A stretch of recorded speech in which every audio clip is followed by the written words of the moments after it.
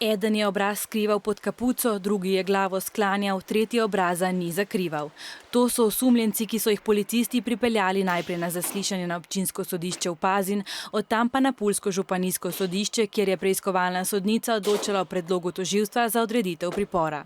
40-godišnjaka se sumnjiči da je počinio kazneno djelo teška tjelesna ozljeda, nepružanje pomoći i sudjelovanje u tučnjavi, dok se 29-godišnjaka i 47-godišnjaka sumnjiči da su počinili kaznena djela nepružanje pomoći i sudjelovanje u tučnjavi. Eden od osumljencev naj bi bil nekdanji reprezentant Hrvaške v tekvondoju in znan trener borilnih veščin. Među osumnjičenicima je Denis Vojniković. On je inače ovdje dosta, dajmo reći, cijenjen u Puli. Za njega ljudi kažu da je humanitarac, da je veliki sportaš, da je obiteljski čovjek i tako dalje. Istovremeno bavi se tim poslom koji je takav kakav je. V javnost pa je prišel tudi posnetek nadzornih kamer iz lokala Saint and Sinner, z katerega naj bi se videlo, da je pretep začel 19-letnik že v klubu.